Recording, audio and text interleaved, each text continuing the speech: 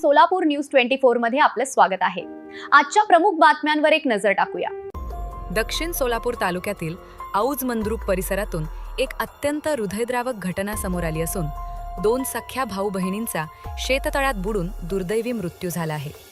या घटनेमुळे संपूर्ण परिसरात शोककळा पसरली आहे।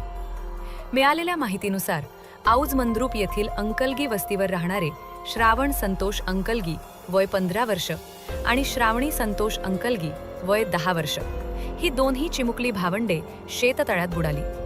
ही घटना घडल्यानंतर गावात एकच खळबळ उडाली। घटनेची माहिती मिळताच मंद्रुप पोलिसांनी तात्काळ घटनास्थळी धाव घेतली। ग्रामस्थांच्या मदतीने दोघांचेही मृतदेह पाण्याबाहेर काढण्यात आले।